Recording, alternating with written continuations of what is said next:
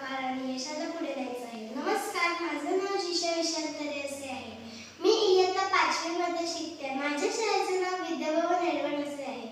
दर दिवशीप्रमाणे आई चपात्या बनवायला लागलेली. मी पण